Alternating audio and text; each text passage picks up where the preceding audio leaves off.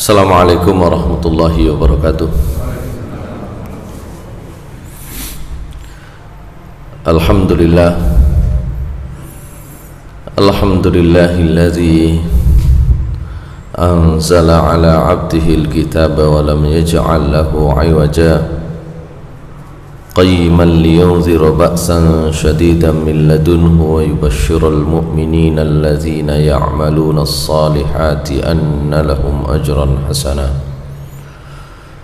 Asyhadu an la ilaha illallah wahdahu la syarika lah wa asyhadu anna Muhammadan abduhu wa rasuluhu la nabiyya ba'dah. Allahumma salli wa sallim wa barik ala nabiyyina Muhammadin wa ala alihi wa ashabihi wa mawalah. Amma ba'du, fa ya ibadallah, usini wa iyyakum bi taqwallah faqad fazal muttaqun. Qala Allah ta'ala fi kitabihil karim, a'udzu billahi minasy syaithanir rajim. Bismillahirrahmanirrahim. Ya ayyuhallazina amanu taqullaha haqqa tuqatih wa la tamutunna illa wa antum muslimun. Shadaqallahul azim. Masyaallah muslimin, jamaah salat subuh yang dimuliakan Allah Subhanahu wa taala. Alhamdulillah, segala puji bagi Allah Subhanahu wa ta'ala yang sudah memberikan, menganugerahkan kepada kita semua nikmat berupa kesehatan.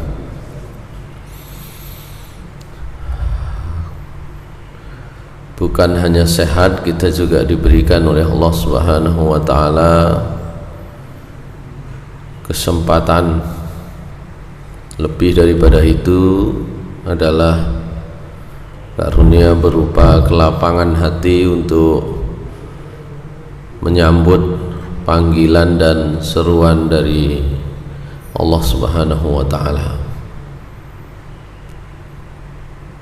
1 bulan lebih kalau nggak salah terakhir saya kesini itu, pertama kesini dan kemudian PPKM.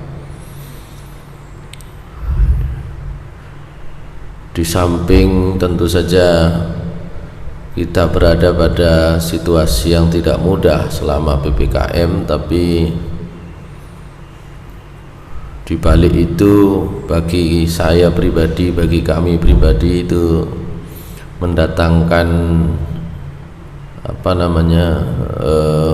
semangat lain, karena persis mulai tanggal 11 bulan yang lalu, bulan Juli, kalau sekarang tanggal 14 ya, 1 bulan lebih sedikit itu sejak PPKM, dan ada banyak saudara-saudara kerabat kita yang tidak terlayani dengan cepat oleh fasilitas kesehatan yang ada. Itu kami membentuk tim relawan. Ya sama, jadi berangkat dari berita yang ada di WA tentang kerabat kita, tentang masuk rumah sakit sulit, kemudian isolasi mandiri, meninggal pagi, baru diambil sore, antri sampai malam pemandiannya, baru bisa disolatkan besok, dimakamkan besoknya. Kami bentuk tim relawan, namanya relawan, bentuk kegiatan khususnya relawan pemulasaraan jenazah. Dan sejak tanggal 11 itu bukan hanya pemulasaraan, kami juga mengantar, menjemput, menghubungkan pasien dengan rumah sakit. Itu sudah ada sekitar hampir 70 aktivitas kalau nggak salah dalam waktu kurang lebih 1 bulan. Terakhir itu hari Rabu kemarin kita berharap tidak ada lagi.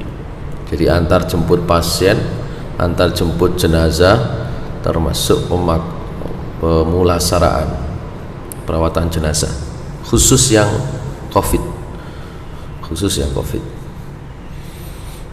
Dari awalnya hanya punya 1 ambulan, kemudian kita cari karena butuh banyak, mobilitasnya tinggi, ya, kebutuhannya itu banyak, akhirnya sekarang itu ada 4 ambulan kita bisa kumpulkan dari beberapa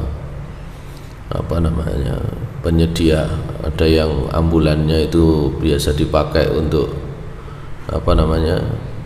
kampanye politik gitu ya. Kan banyak tuh anggota DPR untuk kampanye politiknya bikin ambulan, tapi nggak berani, krunya nggak berani, orangnya nggak berani, dan tidak ambil resiko. Maka kami coba hubungi, pinjem bisa, kita latih relawannya ke rumah sakit, gimana sih pemulasaraan jenazah gitu. Jadi kami menangani, insya Allah kalau tentang jenazah itu lebih dari 30-an jenazah itu ya. Terakhir kemarin itu perempuan. Jadi kalau perempuan selama kami 1 bulan lebih itu hanya 4 kali kalau nggak salah yang sempat tertangani ya, 4 kali, yang lainnya lebih banyak laki-laki gitu ya. Masyaallah muslimin rahimakumullah. Itu selama 1 bulan ini. Jadi kelihatannya PPKM, tapi kebetulan saya pribadi itu hampir setiap hari jam segini ini biasanya jam standby. Ini tadi HP saya ketinggalan, itu nomor kontak saya itu jadi nomor ini kayak call centernya rumah sakit. Saya, terus sekretaris saya sama 1 orang ini relawan senior itu jadi ini. Kalau nggak ada saya ya sekretaris, kalau nggak sekretaris ya ini. Yang memutuskan biasanya saya. Kalau saya langsung kontak jam ini jam saya, biasanya jam saya jadi call center, karena kalau sekretaris saya itu anak muda, jamnya agak malam gitu. Masyaallah muslimin rahimakumullah. Jadi saya merasakan bahwa sehat itu menjadi luar biasa. Tapi apa yang saat ini kita dapatkan, kita peroleh, mungkin istilahnya relaksasi atau istilahnya apalah gitu ya, meskipun masih statusnya PPKM gitu ya. Saya sudah sampaikan dulu Pak Mariadi tentang PPKM itu seperti apa, diskusinya di kabupaten seperti apa, saya sampaikan secara langsung ya. Meskipun sekarang tuh istilahnya mungkin agak sedikit dilonggarkan gitu ya, statusnya PPKM agak sedikit dilonggarkan. Bagi orang beriman, kita tidak bisa untuk menjadikan ini sebagai dasar wah aman gitu ya. Jadi, nah, rasa aman itu jangan dibangun di atas logika kita. Ya, kalau kita buka surat Al-A'raf gitu ya, jangan ada yang merasa aman dari ketentuan Allah. Afa amina ahlul qura, a'udzubillahi minasyaitonir rajim. Afa amina ahlul qura ayyatiyahum ba'suna duhaw wa hum yal'abun. Apakah penduduk sebuah negeri itu merasa aman dari ba'suna, dari musibah yang akan ditimpakan oleh Allah? Jadi merasa aman itu jangan dari COVID-nya. Merasa aman itu apakah dengan seperti ini tuh kita aman dari rekayasa Allah Subhanahu wa taala atau tidak? Gitu. Apa maknanya? Bagi orang Islam, bagi kita yang menyatakan diri beriman, perasaan aman itu adalah manakala kita bisa mendekatkan diri kepada Allah Subhanahu wa taala. Jadi kalau misalnya ada tim relawan yang di tengah kesulitan seperti ini tidak memiliki kemampuan medis yang mumpuni gitu ya, tapi turun ke lapangan, itu merasa amannya, kami tekankan, merasa amannya adalah kalian sedang membantu orang gitu. Kata Rasulullah SAW, ya salah satu yang akan mendapatkan jaminan itu adalah orang yang membantu orang lain ya. Allah itu fi aunil abdi maka nal abdu fi auni akhihi. Allah itu senantiasa membantu orang kalau orang itu ikhlas membantu orang lain itu. Jadi merasa aman itu di situ, bukan karena merasa aman itu dengan rekayasa keilmuan kita. Coba jenengan buka ini sambil buka ini ya, ini agak lambat ya, karena barangkali apa namanya update kemarin tuh update belum selesai kelihatannya. Buka surat Bani Israel Al-Isra, maaf Al-Anfal, surat Al-Anfal surah ke-8 ayat 43 dan 44, insyaallah begitu. 43 dan 44.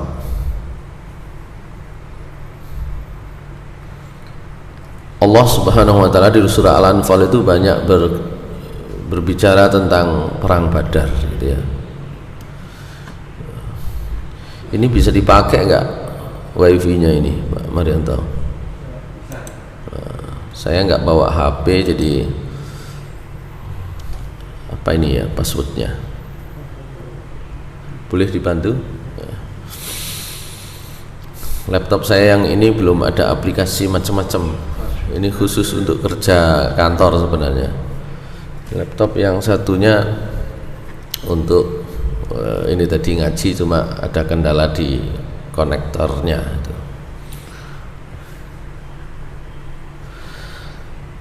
Ma'asyiral muslimin rahimakumullah. Di dalam surah Al-Anfal ayat 43 Allah Subhanahu wa taala berfirman. Nggih, 745 masjid. Oke.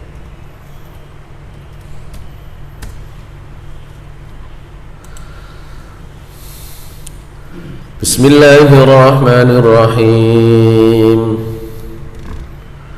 Wa idh yurikahumullahu fi manamika qalila walau arakahum katsiran lafashiltum wa latanaza'tum fil amri walakinallaha sallam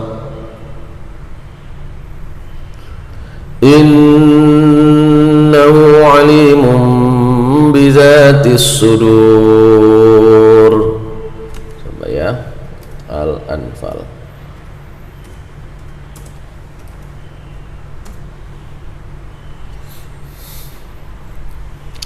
Kita lihat terjemahannya di sini.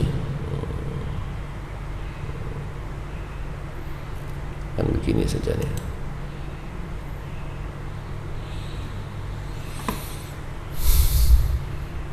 Wa idh yurikahumullahu fi manamika qalila, dan ingatlah ketika Allah Subhanahu wa taala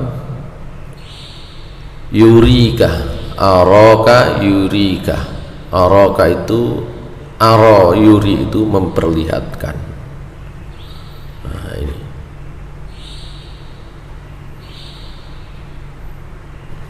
saya agak besarkan sedikit ini ya.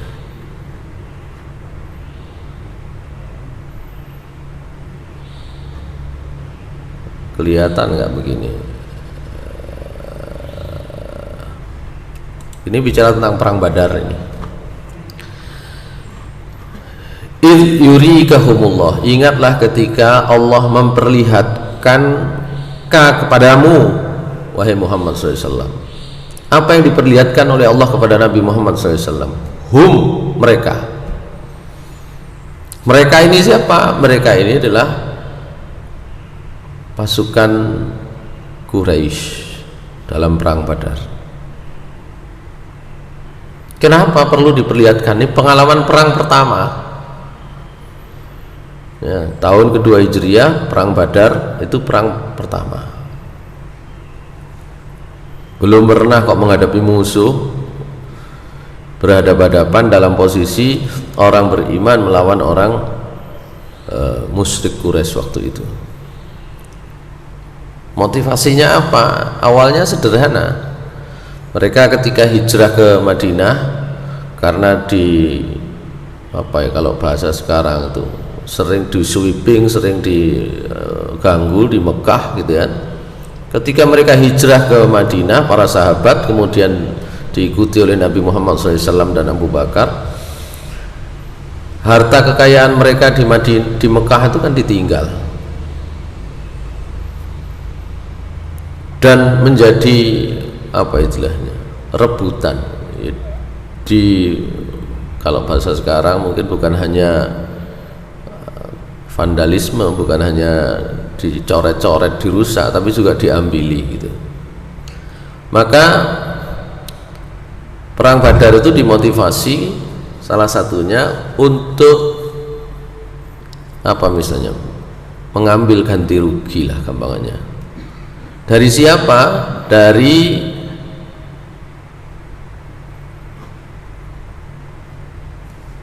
orang-orang Quraisy yang biasa melakukan perdagangannya orang Quraisy. Saya bukakan di sini apa ya, map of Badar gitu ya, gini ya, boleh nggak begitu? Enaknya kalau ada begini itu gini, gini ya. Saya cari gambar yang mudah saja. Saya cari gambar yang mudah.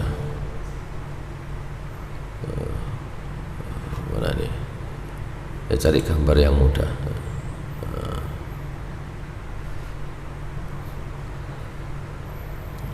Orang Mekah itu kan punya dua perjalanan bisnis. Ya, pekerjaannya adalah bisnis, berdagang ya. Mungkin seperti orang Surabaya lah kebanyakan. Ini aja deh, ini kalau dibesarkan mungkin muncul ini lagi nih, muncul beritanya karena ini Wikipedia. Gambar yang kecil ini Badar, ini Madinah. Ini Badar, ini Madinah. Ini Mekah, ini Syria, gitu ya. Sekarang namanya Damaskus, Palestina, Jordan, mana lagi, Lebanon dan Israel. Dulu namanya Syria. Damaskus ada di Syria sekarang. Kalau dulu Syam namanya. Ini kalau musim panas ya, Soif, perjalanannya ke Syria, bisnisnya dari Mekah ke Syria. Kalau musim dingin itu dari Mekah ke bawah lagi namanya ke Yaman. Kalau Yaman itu kalau mungkin seperti di sini itu kayak Malang lah ya, buah, sayur gitu ya, Yaman itu ya. Jadi kalau musim dingin mereka ambil barang dagangan dari Yaman. Mereka bawa dari Mekah, sebagiannya yang sisa dari sini, dari Syria. Syria itu kota kayak Surabaya gitu ya. Jadi kota industri lah gampangannya begitu. Kota industri ada di pinggir pantai, di pelabuhan gitu ya. Ini termasuk apa, salah satu titik jalur sutra zaman itu gitu ya. Jalur sutra. Jadi jalur sutra itu sudah sejak ribuan tahun yang lalu gitu. Sekarang mau dihidupkan lagi gitu kan. Hadirin sekalian yang dimuliakan Allah Subhanahu wa taala, itu yang disebut dengan rihlatas syita'i was saif. Perjalanan bisnis musim dingin dan musim panas. Kalau musim panas mereka ke Syria. Nah, Abu Sufyan itu bawa kafilah, bawa kontainer-kontainer isinya barang dagangan dari Syria ya, dari Syam, dari Damaskus mau pulang ke Mekah. Inilah yang akan dicegat oleh Nabi Muhammad SAW dan para sahabat. Di mana? Di Badar. Karena perjalanan yang panjang dari Syam ke Mekah itu sekitar 1.500 atau 1.600 km. Ya, perjalanannya cukup jauh. Dari Madinah saja ke Syam itu memakan waktu 1 bulan. Ya, 1 bulan lebih lah perjalanannya itu ya. Nah, rombongan ini rombongan bisnis, kafilah, nggak bawa banyak tentara, jumlahnya nggak banyak, yang banyak adalah barang dagangan ya, oleh karena itu, karena perjalanan panjang mereka butuh rest area. Badar itu rest area, Badar itu rest area, selalu menjadi tempat persinggahan untuk memberi minum hewan ternak mereka. Maka Nabi dari Madinah itu ingin nyegat gampangannya ya, kafilahnya Abu Sufyan yang dari Syam atau Syria gitu. Oleh karena itu semangat para sahabat itu. Kenapa? Mereka ingin mendapatkan kembali hak mereka yang dirampas oleh orang-orang. Jadi mereka udah tahu siapa yang merampas, siapa yang masuk rumah, kan informasinya selalu ada terus. Jadi meskipun mereka hijrah ke Madinah, tapi kerabat mereka ada di Mekah. Jadi mereka juga tahu ini, siapa yang ngambil itu, siapa tahu. Jadi mereka ingin ambil kembali itu. Maka mereka ini, dari Madinah ke Badar itu butuh waktu 2 hari. Ya, jaraknya sekitar 150 kilo. Butuh waktu 2 hari.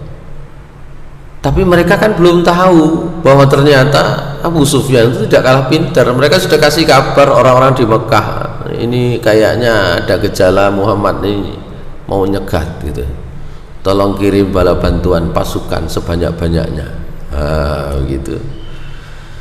Dari Mekah Abu Jahal, Abu Lahab ini mengumpulkan orang, ini Muhammad ngajak perang. Berangkat mereka dari Mekah.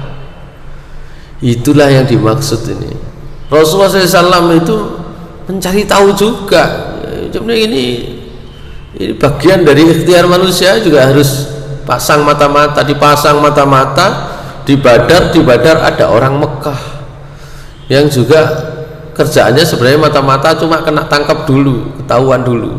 Namanya mata-mata, siapa yang ketahuan ya dia ketangkep itu.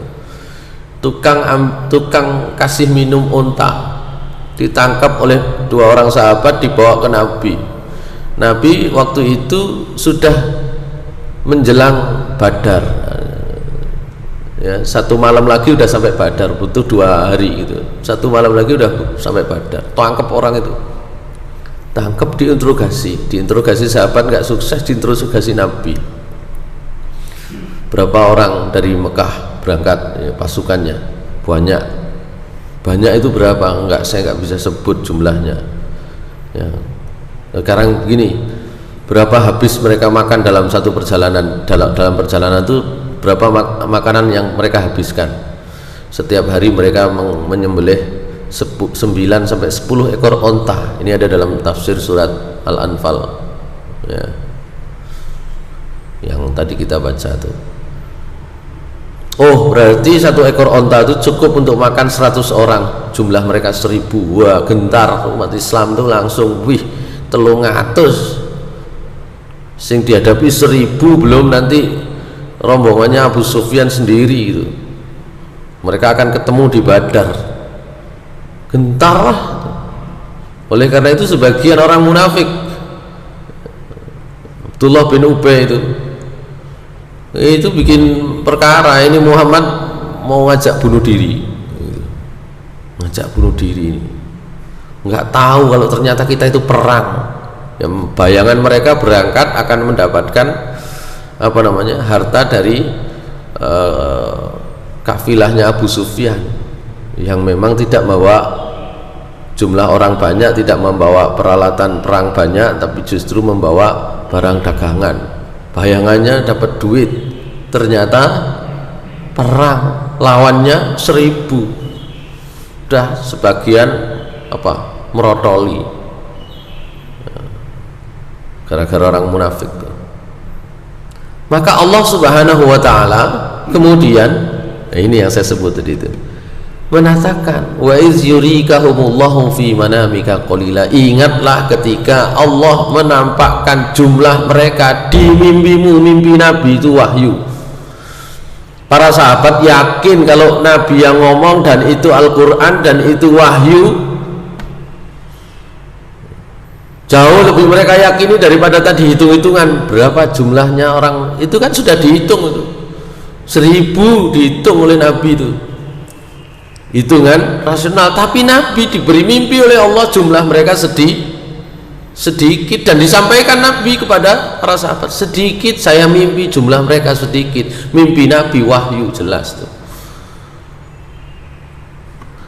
Kata Allah, walau arakahum katsiran, seandainya Allah memberikan mimpi kepadamu tentang jumlah mereka wahai Muhammad kok banyak, la fashiltum. Kalau bahasa sini, kalau bahasa tempat saya itu mesti sampean ngelukru. Ngerti ngelukru ya? Hilang semangat, wedi mesti kok umpama dimimpikan sesuai jumlahnya, dimimpikan oleh Allah sedikit, pasti kalau mimpinya itu adalah banyak, la fashiltum, kalian akan gentarkan dan ngelukru, hilang semangat. Wala tanaza'tum bil amri, dan pasti kalian akan saling tanazu, saling debat, saling caci. Ruang ini ya gak budal, awakmu dikait ngene gak wani, mosok 300 banding 1000 siji lawan 3 aku sik wani lah, kan pasti begitu. Wala tanaza'tum fil amri walakinnallaha sallam, tapi Allah menyelamatkan sebagian besar keimanan umat Islam, barisan umat Islam, supaya tidak kocar-kacir terlalu banyak. Kalau tadi sebagian orang munafik yang memang tujuannya uang gitu ya, maka Allah menampakkan jumlah mereka sedikit itu, dengan itulah Allah menyelamatkan umat Islam, barisan umat Islam. Innahu alimun bidzatis sudur, sungguh Allah itu maha mengetahui dengan isi hati manusia. Maka di ayat selanjutnya Allah Subhanahu wa taala mengatakan, apakah itu cukup?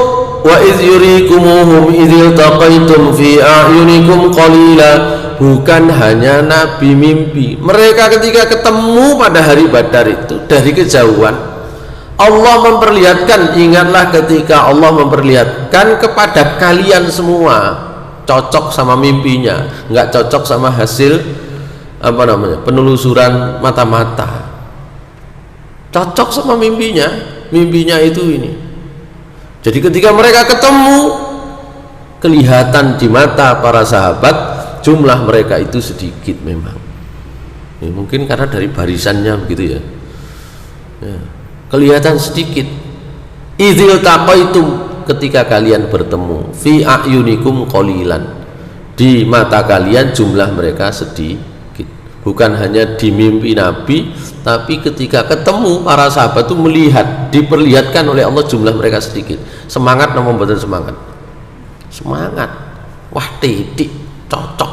Nah, begitu. Wanita wis. Kalau Allah bisa membuat yang banyak kelihatan sedikit, apa nggak bisa Allah ya membuat sedikit menjadi banyak? Bisa, pasti bisa. Allah maha mampu. Tapi itu tidak dilakukan oleh Allah. Kenapa? Wa yuqallilukum fi a'yunihim, di mata orang-orang musyrik Mekah, pasukannya Abu Lahab, Abu Jahal, jumlah kalian itu juga diperlihatkan oleh Allah sedikit, ya sesuai dengan jumlahnya.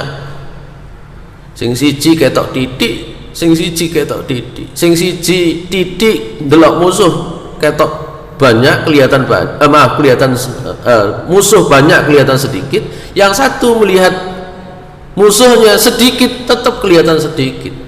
Podo semangatin apa? Pasti podo semangatin.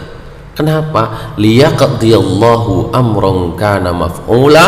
Yang demikian itu Allah berkehendak melaksanakan suatu urusan yang harus dijalankan. Ini yang saya sebut skenario Allah Subhanahu wa taala. Perang Badar itu skenario Allahnya begitu. Bagaimana nanti kekalahan orang kafir kok banyak kok kalah? Itu nanti skenario Allah tuh ada dalam tafsir tuh. Orang kafir itu banyak yang kelilipan ketika perang, kena debu kuda itu. Malamnya itu hujan bagi umat Islam itu rahmat, isok seger, isok turu angler. Sama-sama hujan, yang satu hujannya itu hujan buat apa namanya, tenda-tenda itu kocar kacir, gak isok turu orang kafir itu, orang Quraisy itu yang kayak gitu itu skenario Allah gitu loh. Itu malamnya, ketika ketemu juga begitu. Jadi debu yang ditimbulkan oleh kuda yang ada di medan perang itu, loh kok kena orang Quraisy itu jadi kelilipan begitu nanti dalam tafsir tentang ayat tentang perang Badar itu. Hadirin sekalian yang Allah Subhanahu wa taala, apa hubungannya dengan yang saya sebut tadi itu? Nah, kita itu kan begini, kemarin itu kan sebelum PPKM itu atau sebelumnya lagi bulan-bulan apa itu mau masuk semester genap, sudah persiapan masuk, ini sudah trennya menurun, kita longgarkan, sudah sekolah sudah siap masuk. Kenapa? Ditampakkan di mata kita. Siapa yang menampakkan? Allah. Apa nampaknya? Nampaknya adalah grafiknya menurun. Aman-aman, buka. Nggak tahu ternyata ada varian baru gitu ya. Coba kalau sudah tahu ada varian baru sebelumnya gitu ya, sudah masuk, pasti nggak ada yang keluar tuh, takut semua. Jadi pentingnya Allah Subhanahu wa taala memberikan ayat ini dalam kaitannya dengan apa yang kita hadapi itu, sebenarnya ini skenario Allah semua gitu. Kalau kita baca ayat sebelumnya, dua ayat sebelumnya sama ini liyaqdiyallahu amran kana maf'ula, sama ini.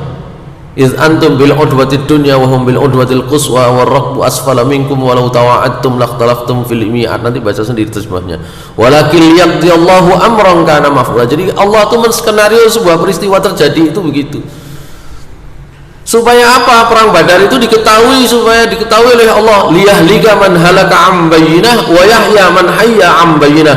Supaya Allah bisa mengukur keimanan masing-masing orang, siapa mati celaka, siapa kok dalam keadaan tertentu, dalam keadaan sulit, matinya mati celaka. Kenapa? Matinya mati nantang-nantang gitu ya, misalnya matinya tidak dalam keimanan kepada Allah Subhanahu wa taala. Liyahlaka man halaka am bayyinah, supaya jelas ya begitu itu. Apakah umat Islam nggak ada yang mati? Ada, tapi jelas kematiannya karena memperjuangkan agama Allah. Supaya jelas yang mati dengan kondisi iman dan mati dengan kondisi tidak iman. Sekarang kita itu kan longgar, wih ternyata mungkin alasannya refreshing, tapi menjauh dari Allah Subhanahu wa taala. Ya. Pas kapan itu kan sudah refreshing, sudah mandi-mandi di laut, sudah macam-macam ya, kita nggak tahu ininya gitu. Atau sebaliknya, wa yahya man hayya am bayyinah, dan supaya Allah juga bisa mengukur keimanan seorang agar orang yang hidup itu hidup dengan bukti yang nyata, hidupnya itu tetap manfaat di tengah kesulitan, hidup dalam keadaan manfaat, di tengah kesulitan hidup dalam keadaan nongkrong nang warung kopi jam-jaman misalnya. Piye terusan dikei slamet tapi nek iku mau. Allah hanya ingin mengetahui itu saja sebenarnya, di balik kesulitan yang sengaja didesain oleh Allah dihadirkan itu begitu. Makanya saya kalau di masjid lain itu di awal pandemi ketika ada penutupan masjid kemudian dibuka lagi itu Di tempat saya ngaji awalnya dibuka kemudian ditutup lagi, itu saya katakan jangan dikira loh sekarang sudah aman gitu ya. Itu sudah saya sampaikan betul, itu beberapa kali begitu. Amannya itu jangan aman dari ini COVID dan bukan COVID. Orang meninggal bisa karena apa saja. Amannya itu apakah kita dalam kondisi begini itu sudah berupaya ikhtiar maksimal dan kemudian mendekat kepada Allah Subhanahu wa taala atau tidak. Itu saja sebenarnya. Masyaallah muslimin rahimakumullah. Itu tadi sambil nunggu buka ini tadi ya. Kita bahasan kita ada di sini, ada di apa namanya? Awal surah Al-Fatihah, itu kita bicara surah Al-Fatihahnya saja. Kemarin kita sudah bahas nama-nama ya. Nama-nama untuk surah Al-Fatihah itu ada berapa kemarin? 10. Di sini saya hitung lagi ada 11 gitu ya. Yang pertama disebut Al-Fatihah. Kemarin sudah begitu ya. Fatihatul Kitab ya. Disebut Al-Fatihah atau Fatihatul Kitab. Yang kedua disebut Ummul Kitab. Yang ketiga disebut Ummul Kitab ini yang selain Al-Fatihah, Ummul Kitab ini yang populer, yang paling banyaklah disampaikan oleh ulama, namanya Ummul Kitab. Nanti kenapa disebut Ummul Kitab ada ininya lah, ada penjelasannya. Review singkat saja. Ada yang ketiga Ummul Quran. Ini berdasarkan sabda Rasulullah SAW. Alhamdulillahi Ummul Quran wa Ummul Kitab was-sab'ul mathani wal Qur'anul azim. Ini yang kemudian menjadi nama-nama lain dari Al-Fatihah itu. Jadi alhamdulillah dan seterusnya maksudnya itu disebut Ummul Quran, disebut juga Ummul Kitab, disebut juga As-Sab'ul Mathani. Sab'ul Mathani itu 7 ayat. Al-Mathani itu yang yusanna itu diulang-ulang, dibaca berulang-ulang. Ada yang menyebut yuqalu laha alhamdu. Ada yang menyebut yuqalu laha as-shalah. Ya.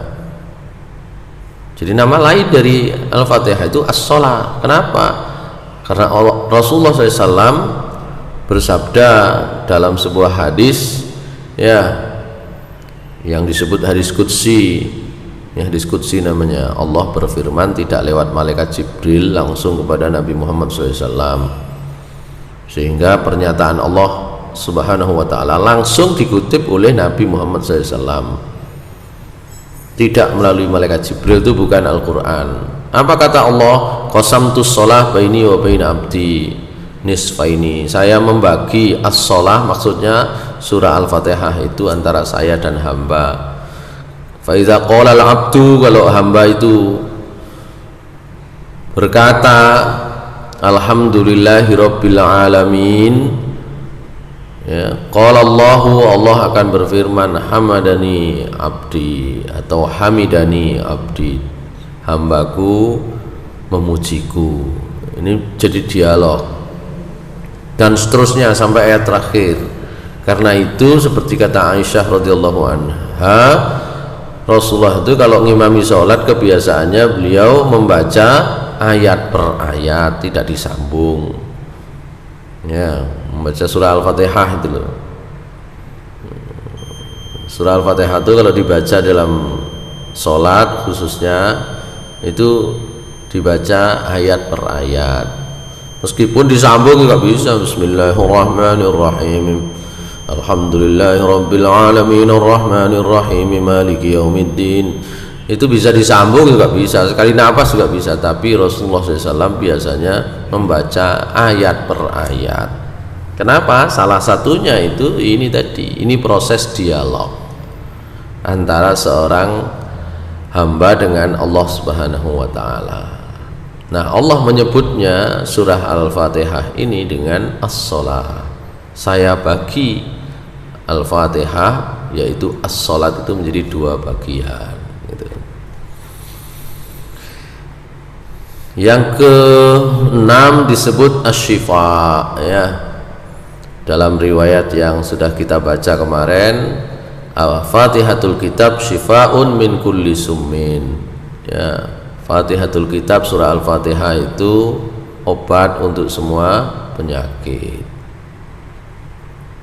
Masyaallah muslimin rahimakumullah. Jadi dalam pengalaman kemarin membantu pasien itu, diantara kami juga ada terapis non medis ya, diantaranya dengan doa-doa yang maksur yang diajarkan termasuk Al-Fatihah. Kalau ada video yang sesak itu dipukul, sesaknya di sebelah kiri pukul dengan tangan kanan. Itu kemarin diantaranya terapis kami itu, dan membantu untuk meningkatkan apa kemarin itu oksigen dalam darah gitu. Biasanya kan terakhir-terakhir ini kan yang lakukan oximeter saturasi karena banyak gangguan itu di situ.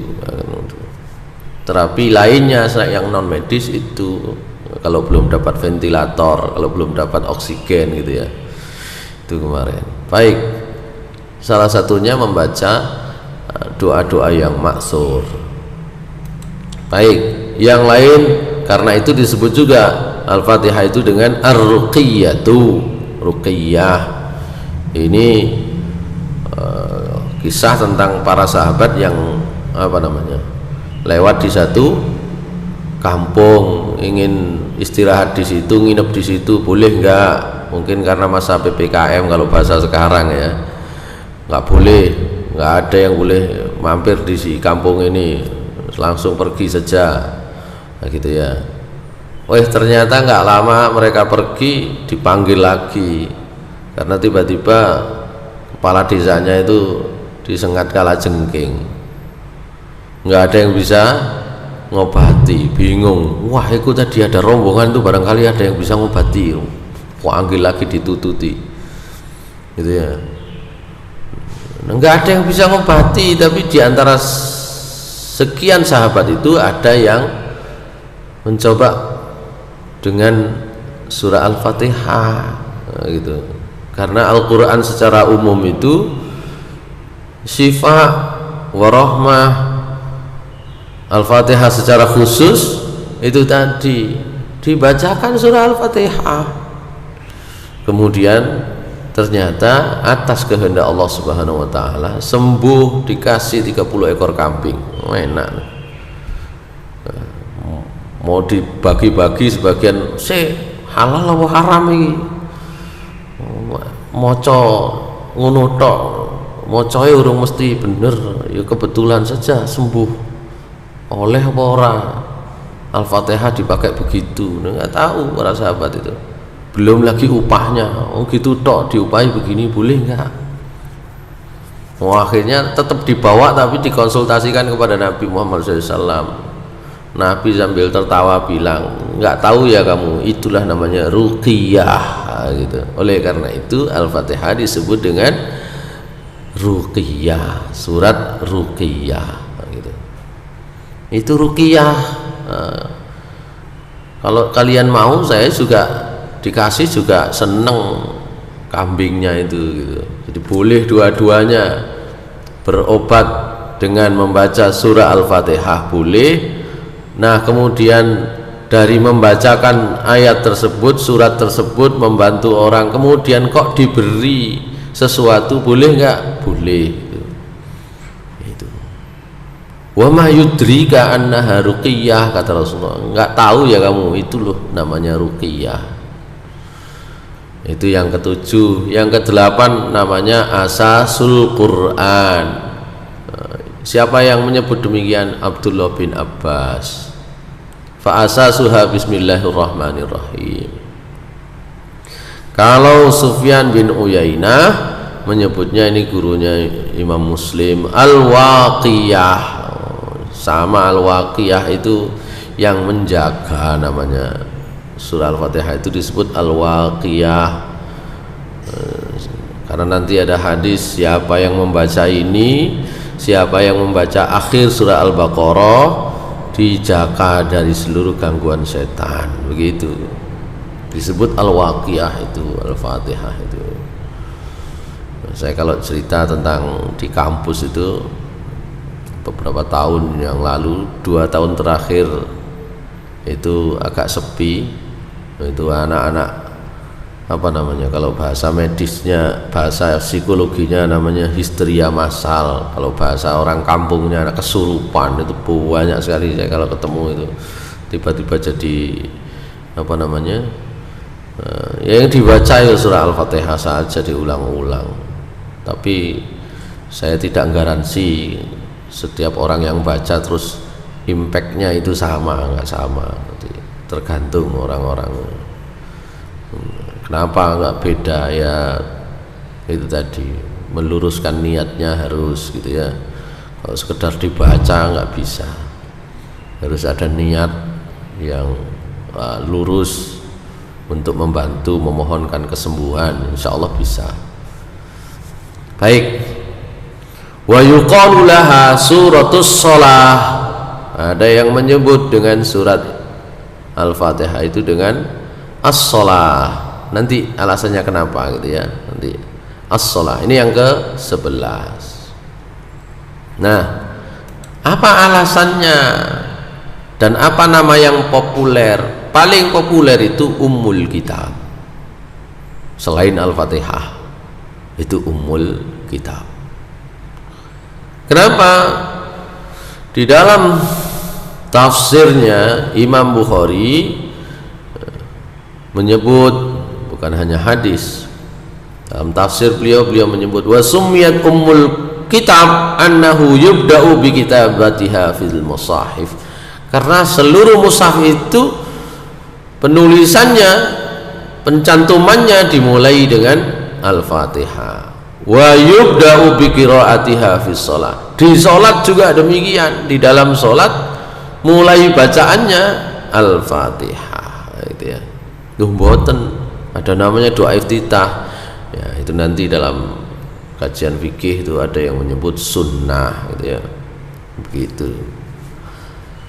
Wa qila innama summiyat bidzalika liruju'i ma'anil Qur'an kullihi ila ma tadammanathu. Ada yang mengatakan kenapa disebut Ummul Kitab, karena seluruh makna Al-Qur'an itu terkandung di dalam surah Al-Fatihah. Ibnu Jarir mengatakan Al-Arab, orang Arab itu tusammi kulla jami'i amrin au muqaddimin li amrin idza kanat lahu tawabi tatba'uhu huwa laha imamun jami'un umman. Orang Arab itu, kata Ibnu Jarir ya, salah satu ahli tafsir, menyatakan orang Arab itu kalau menamai seluruh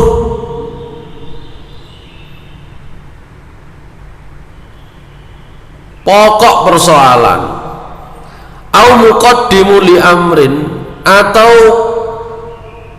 apa namanya, pengantar dari seluruh persoalan, idza kanat lahu tawabi, kalau di belakangnya itu ada urutannya, ada belakangnya itu ada yang ngikuti gitu ya. Huwa laha imamun jami'un, dia menjadi yang terdepan, itu disebut umman, disebut gitu. Fatakulu lil jildatil lati tajma'ud dimagh umur ra'si. Maka orang Arab biasa mengatakan kulit jildah, kulit yang menjadi pusatnya, yang menjadi apa namanya, mengumpulkan ad-dimagh, dimagh isi kepala, itu dengan umur roksi, umur roksi, ibunya kepala. Kulit mana? Ada orang yang mengatakan itu unyeng-unyeng gitu loh. Apa unyeng-unyeng itu? Bahasa Indonesianya apa ini? Yang di belakang ini loh. Semua pusat ke situ, itu umur roksi itu. Gitu. Wa yusammuna liwa al-jaisi wa rayatuhu allati yajtami'una tahtaha umman. Ya. Panji, panji peperangan, bendera perang yang mereka berkumpul di bawahnya itu juga disebut dengan ummul. Jadi kenapa disebut ummul kitab? Karena seluruh isi Al-Quran itu ngikuti dia. Seluruh Al-Quran itu ada di bawah Al-Fatihah, itu disebut ummul kitab gitu. Orang Arab tuh kalau ngomong umun begitu ya, disebut umun, ibu itu ya anaknya kan ngumpul ke dia semua, asalnya dari dia semua begitu.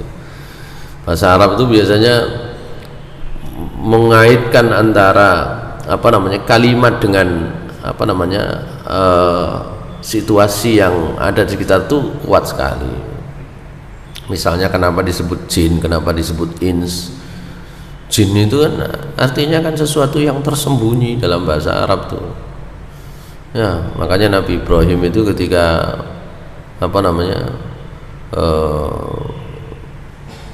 tadabbur alam, kalau bahasa kita sekarang ya, di masyarakatnya sumpek, dikandani ojo nyembah ngono, kok sik nyembah ngono, berhala dan sebagainya. Itu kan beliau kan pergi keluar, kemudian falamma janna alaihi lailu ra'a kaukaba. Janna itu menjadi gelap, malam ketika sudah gelap, sudah menutup. Jadi jin itu barang yang tertutup, makhluk yang tertutup, makhluk yang tersembunyi. Jin itu kenapa disebut jin? Ibu yang sedang hamil maka isinya disebut janin gitu. Bahasa Arab tuh mesti kalau dicari begitu tuh ketemu gitu, pasti itu janin. Kenapa janin? Dia tersembunyi, tertutup dia itu. Surga itu disebut jannah. Ada yang sudah pernah lihat jannah? Sudah Pak. Di mana? Di sini Pak. Karena di sini tuh raudhatul jannah gitu ya. Jannah itu tersembunyi. Mala ainun ra'at wala udhunun sami'at. Tidak ada orang yang pernah lihat, tidak ada yang pernah dengar, tidak ada tuh. Tidak ada tuh. Itu namanya jannah itu begitu. Oke. Itu namanya jannah itu begitu. Orang yang gila itu disebut majnun gitu ya. Tersembunyi akalnya. Masyaallah muslimin rahimakumullah. Jadi itu bahasa Arab tuh. Wasumiyat Makkah ummul qura. Makkah itu disebut ummul qura li taqaddumiha amama jami'iha, karena dianggap sebagai kota yang paling tua, yang paling awal. Wa jam'uha ma siwaha, kalau orang sekarang Mekah itu epicentrum dari bumi, itu Mekah disebut ummul qura li'annal arda duhiyat minha, karena bumi itu dihamparkan dari awalnya dari Mekah. Itu alasan disebut ummul kitab. Jadi sudah Isra ya, sampai Isra Ustaz. Oke. Satu ini lagi, kenapa disebut Al-Fatihah itu disebut dengan Al-Fatihah dengan As-Sab'ul Mathani, nama yang masyhur juga. Disebut Al-Fatihah li'annaha tuftatahu bihal qira'ah wa ftatahatis sahabah biha kitabatul mushaf. Jadi sahabat ketika menyusun awalnya ya dimulai dari Al-Fatihah ya. Al-Fatihah itu adalah ayat atau surat yang dibaca ketika sholat, di awal dibaca Al-Fatihah, disebut itu. Wa sahha tasmiyatuha bis sab'il mathani, juga disebut dengan as-sab'ul mathani. Kenapa? Li'annaha tusanna fis shalah fatuqra'u fi kulli raq'atin, karena Al-Fatihah itu diulang-ulang di setiap rakaat. As-sab'ul mathani, 7 yang diulang-ulang, 7 ayat. Kenapa kok dikatakan as-sab'ul mathani, 7 ayat yang diulang-ulang? Karena setiap rakaat dalam sholat dibaca berulang-ulang. Imam Ahmad berkata dalam sebuah riwayat, Nabi SAW, ini dari Abu Hurairah, Nabi SAW bersabda, li ummil Quran hiya ummul Quran wa hiya sab'ul mathani wa hiya al-Quranul azim. Nabi Muhammad SAW sendiri mengatakan dia namanya adalah ummul Quran, dia namanya adalah sab'ul mathani, dia namanya adalah al-Quranul azim. Di dalam redaksi yang lain, Al-Quran itu, Al-Fatihah itu disebut oleh Rasulullah SAW Ummul Quran, disebut Fatihatul Kitab, disebut As-Sab'ul Mathani. Masyaallah muslimin rahimakumullah. Kita baru membahas alasan-alasan penamaannya. Insyaallah nanti pembahasan berikutnya tentang tempat turunnya, keutamaannya, dan kemudian tentang bacaan basmalah, insyaallah begitu nanti. Jadi tentang bahas basmalah sendiri agak banyak, tentang Bismillahirrahmanirrahim ayat pertama itu agak panjang bahasannya. Insyaallah demikian yang dapat kami sampaikan. Mohon maaf tadi barangkali ada beberapa informasi lain yang saya sampaikan di luar kajian kita. Saya terus terang sampai sekarang sangat bersyukur Allah Subhanahu wa taala diberikan kesehatan ketika 1 bulan terakhir bersama teman-teman itu berjibaku. Terakhir itu kadang sampai memakamkan itu sampai jam 2 malam itu ada 3 kali kalau nggak salah. Kalau di Praloyo ketemu malam sudah nggak mau dia. Kalau di Keputih masih mau 24 jam. Kalau di Praloyo Sidoarjo itu malam nggak mau sudah. Kami kemarin itu sampai jam 4, jam 2. Saya kira demikian. Mudah-mudahan kita semua masih diberikan oleh Allah Subhanahu wa taala kesehatan yang sempurna, iman yang kuat, dan diberikan oleh Allah Subhanahu wa taala bimbingan untuk kehidupan kita di dunia dan di akhirat. Aqulu qouli hadza wa astaghfirullah li wa lakum innahu ghafurur rahim. Subhanakallahumma bihamdika asyhadu an la ilaha illa anta astaghfiruka wa atubu ilaik. Assalamualaikum warahmatullahi wabarakatuh.